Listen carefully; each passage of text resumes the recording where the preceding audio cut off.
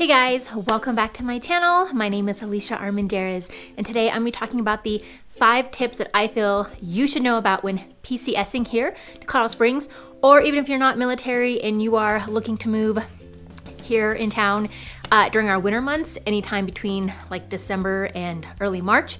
When we have a lot of snow, I think these tips are definitely going to be beneficial, or I hope they're beneficial when you are making your move here to Colorado Springs in the winter time. So if you have any questions over anything that I mentioned today, please feel free to reach out to me. I would love to help you with your real estate needs, or just answer more questions on living here in Colorado Springs. And also hit that subscribe button and bell to get notified when I make new videos each week. So let's get into it.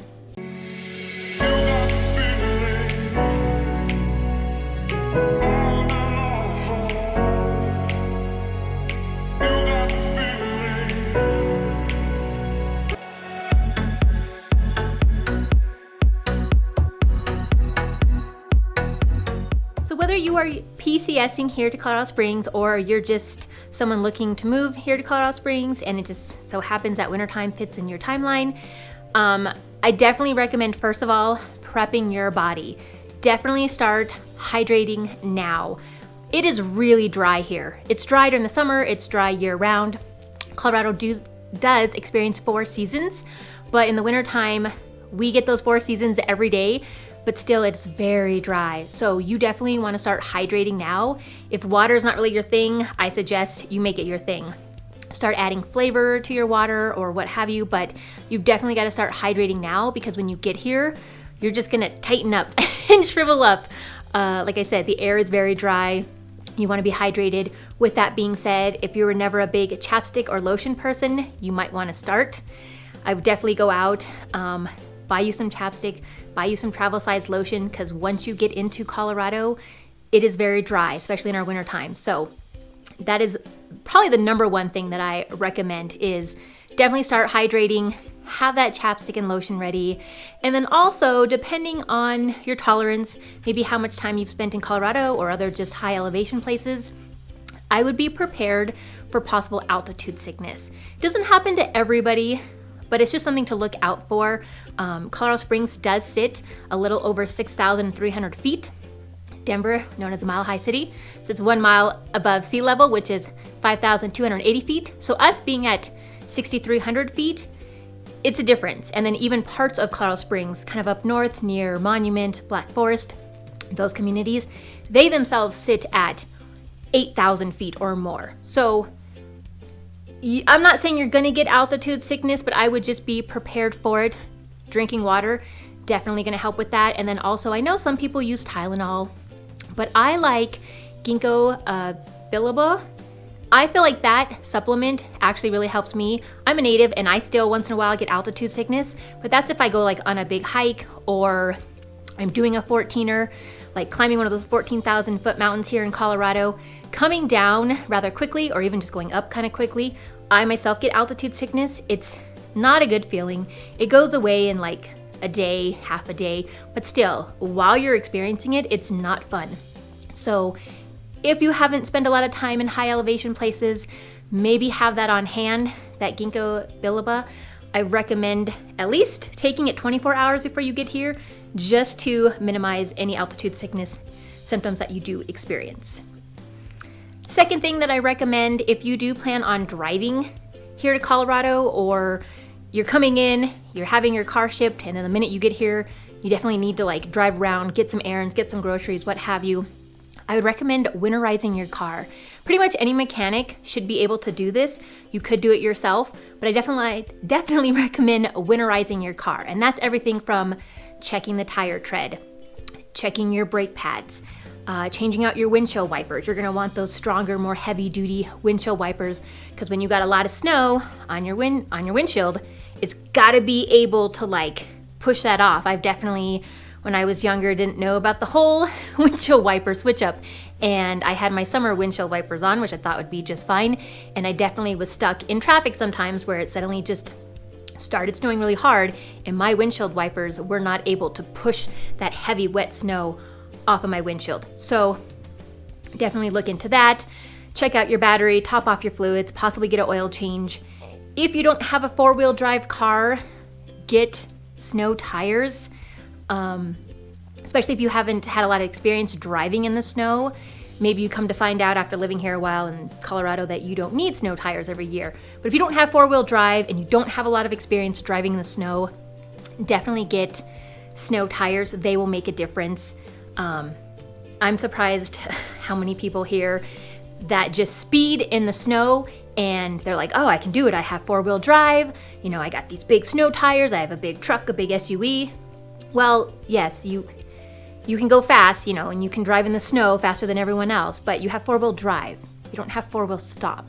So definitely look into winterizing your car, winterizing your tires if you don't have a lot of experience driving here in Colorado in our elevation, in our mountains, and also just if you don't have experience driving in the snow. Another tip that I recommend that kind of goes in hand with winterizing your car is if you were actually driving into Colorado Springs during the winter time, definitely in your car have multiple layers of clothing. We do experience 4 seasons here, and we experience that a lot during our winter time. There are several times here where the mornings you wake up and it's nice, it's sunny, it's probably like 50 degrees, and by late afternoon, the clouds have rolled in and it's just pounding snow. But then by tomorrow morning, snow's all melted because the sun's back out. Or vice versa. Sometimes you wake up in the morning and, you know, it's dark and cloudy and snowing. By mid-afternoon, sun's out, not a cloud in the sky, completely dry. That's our weather. We also have like really big swings in temperature, which that also can add to altitude sickness, migraines, what have you. We have 30 to 60 degree temperature swings in a day. That's not uncommon for us. So, long story short, if you are planning to drive here to Colorado Springs when you move, the day that you get in, I don't know where you're coming from, but it's gonna probably be a couple hours that you're actually driving through Colorado to get to Colorado Springs. Have that change of clothes for you, possibly the kiddos, because you're gonna experience hot and cold, possibly in the same day. And I would hate for you guys to have to pull over, get gas, or pull over at a restaurant because you're hungry. And you know, the day started out super sunny, everyone's in shorts and t-shirt, and now it's blizzard, or vice versa. So have that change of clothes or have multiple layers of clothes in your car with you the day that you are planning to get into Colorado Springs. Also, if you plan to drive to Colorado Springs during your move or PCSing, I would try and stay away from getting into Colorado on a weekend. If you can kind of schedule it out that works for you, possibly your family, to get into Colorado during a weekday, that would probably help, because I don't know where you're going to be coming from, but I can tell you weekends is when everybody's in the mountains. So if you're coming from anywhere on the West Coast, you know, you're going to be coming in probably from I-70, and you're going to go through all those mountain resorts. Aspen, Vail, Breckenridge, I mean, all of them. And on a weekend, everybody is trying to get out of the mountains after skiing and snowboarding, and they're trying to get back to Denver, back to Colorado Springs to get ready for work on Monday. And that drive from any of those mountain resorts on a Sunday or just even a Saturday, you'll be stuck on I-70 for 5 to 7 hours. Easy. And it's going to be a blizzard because the mountains get way more snow than we do here on the Front Range. So that's a treacherous road to begin with. I-70 is no joke. I don't recommend you driving it if you don't have experience on snow, and if you just don't have four-wheel drive at all. Snow tires still on a little like Honda Civic or something, I don't recommend it. So like I said, if you're coming from the West Coast somewhere and you are driving, you're probably gonna take I-70. Don't do it on the weekend. Try and get here on a Tuesday, a Wednesday, any other day but the weekends. And the same goes for coming down south. If you are coming from Arizona, New Mexico, Texas, Oklahoma, there are a couple different roads that I know the GPS will take you from the south end of Colorado and come up through the state. You're gonna go through Raton Pass, and that's just as treacherous. That's narrow roads, that's no one's around. At least on I-70, you have a ton of people.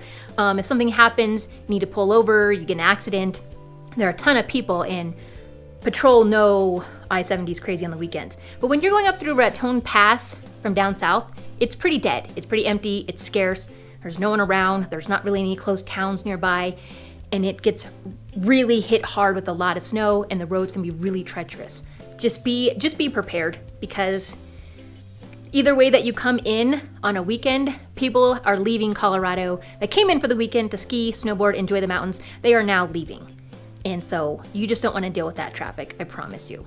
And my last tip on this list of things that you should do, in my opinion, when PCSing Colorado Springs or just moving here during the wintertime is, if you do have kiddos, try and get them to see Santa early. I mean, every year malls are just having Santa come earlier and earlier. And I've heard from past clients, that they went and saw Santa earlier, and that was the best thing they could do, because the kiddos actually got to sit with Santa. They got to tell Santa about like the new trip that they're going on, the new move that they're going to, the new city they're going to, and they're kind of excited about it. And then come December 23rd, when the kiddos realize like Santa doesn't know where I'm gonna be, he doesn't know where to deliver my presents, it won't be such a meltdown, hopefully, because you guys have already seen Santa. So I myself don't have kiddos, but that seems like a good plan to me. And like I said, I've had other past clients recommend, if you do have kiddos, go see Santa before you make your move, and everything should be good.